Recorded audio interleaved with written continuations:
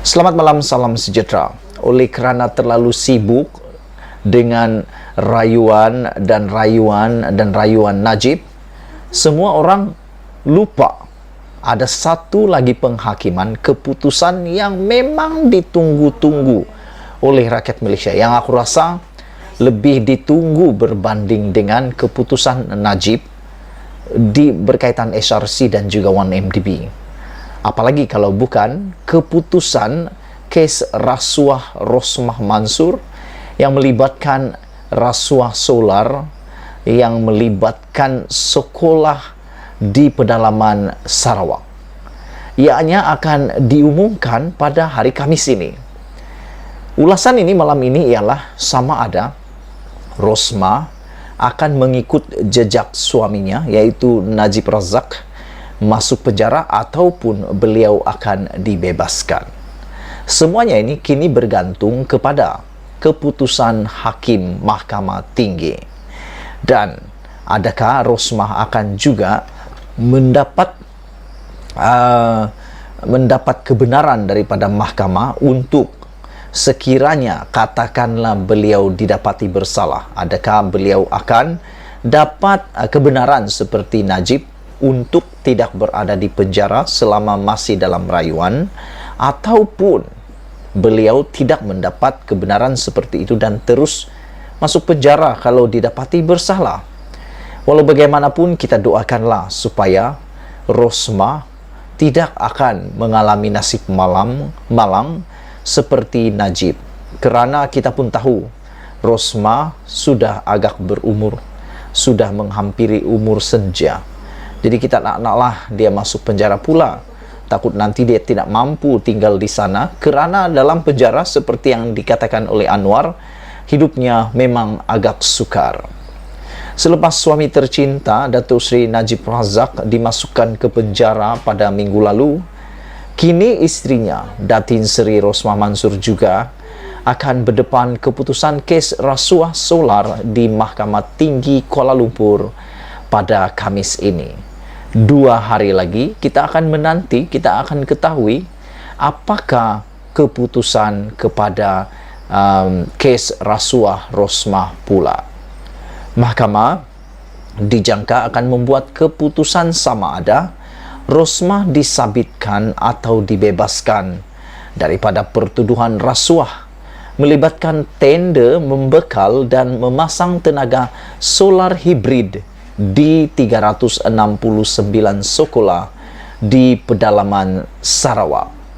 Aku nak tanya kepada penonton, agak-agak kalau Rosmah juga didapati bersalah oleh Mahkamah Tinggi Kuala Lumpur pada Khamis ini, adakah UMNO juga akan mengadakan perjumpaan khas bagi solidariti pula untuk Rosmah Mansur? Dah berapa kali dah? Nak berapa kali lagi nak solidariti pula? Dan selepas ini kita akan mendengar pula keputusan Presiden UMNO pula selepas semua perbicaraannya selesai. Jadi satu demi satu kita akan ketahui keputusannya. Namun yang paling terdekat ini adalah Rosmah Mansur.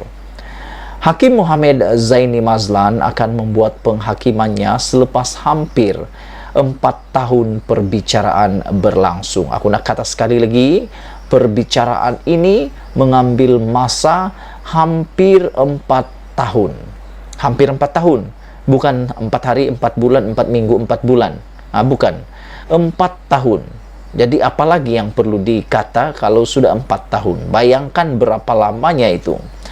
Pada 18 Februari 2021, Mahkamah Tinggi Kuala Lumpur memerintahkan Rosmah membela diri atas tuduhan rasuah berhubung projek tenaga solar bagi 369 sekolah di pedalaman Sarawak.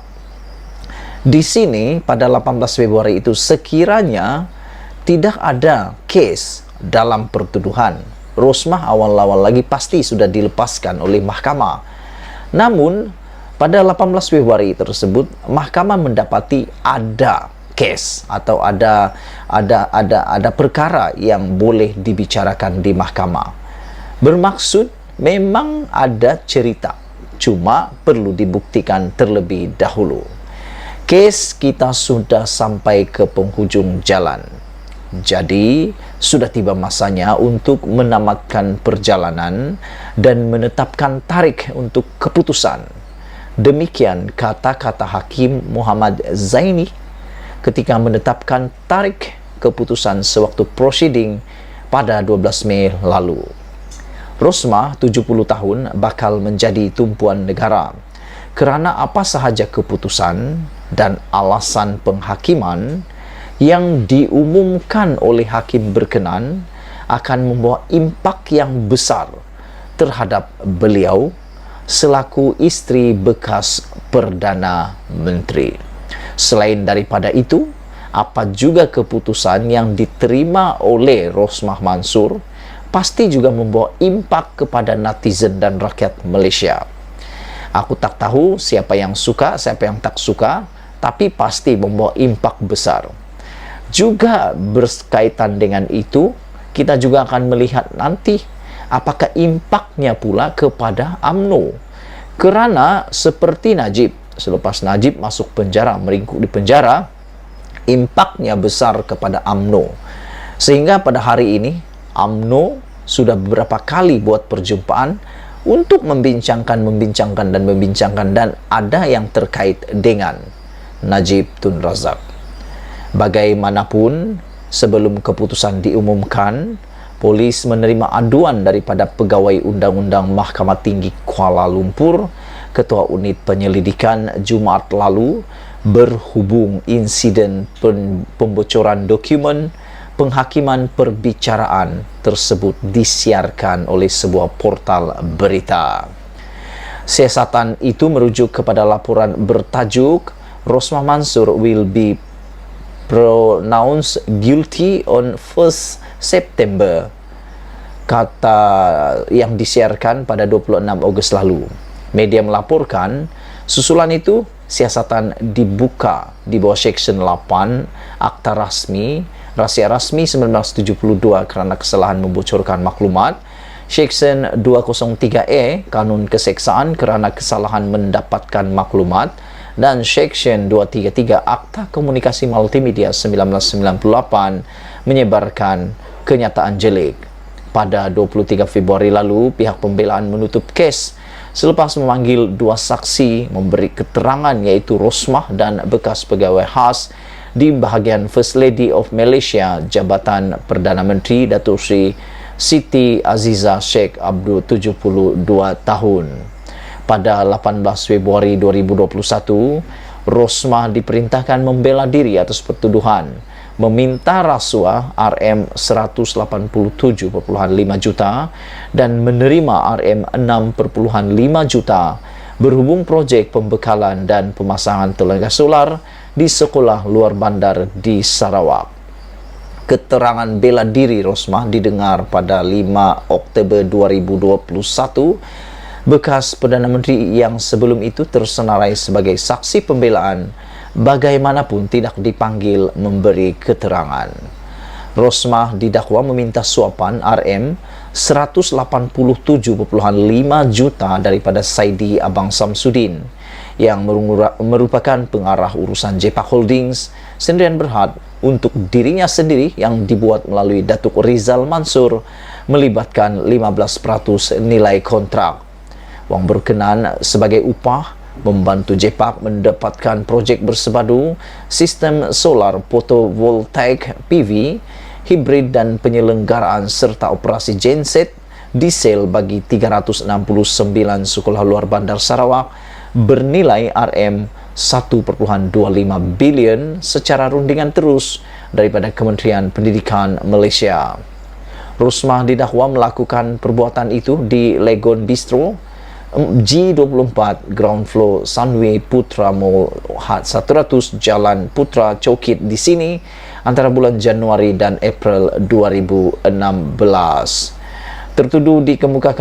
Tuduhan dikemukakan di bawah Seksyen 16E dalam kurungan E Akta Suruhan Jaya Pencegahan Rasuah Malaysia 2009 yang memperuntukkan hukuman di bawah Seksyen 24 dalam kurungan 1 Akta sama.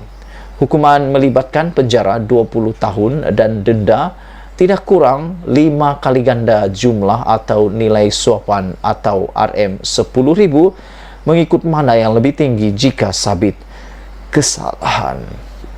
Bermaksud kalau Rosmah kalah di dalam perbicaraan kes rasuah ini, dia mungkin akan dipenjarakan maksimum 20 tahun dan denda tidak kurang. Denda tidak kurang, bayangkan, tidak kurang 5 kali ganda jumlah. 5 kali ganda jumlah atau nilai suapan. Kalau aku tak boleh kira berapa jumlahnya. Kamu kiralah sendiri. Atau Rm10.000 mengikut mana yang lebih tinggi jika sabit kesalahan. Sekian dulu Malaysia kita punya. Kita juga sama-sama cintai Malaysiaku. Bye-bye.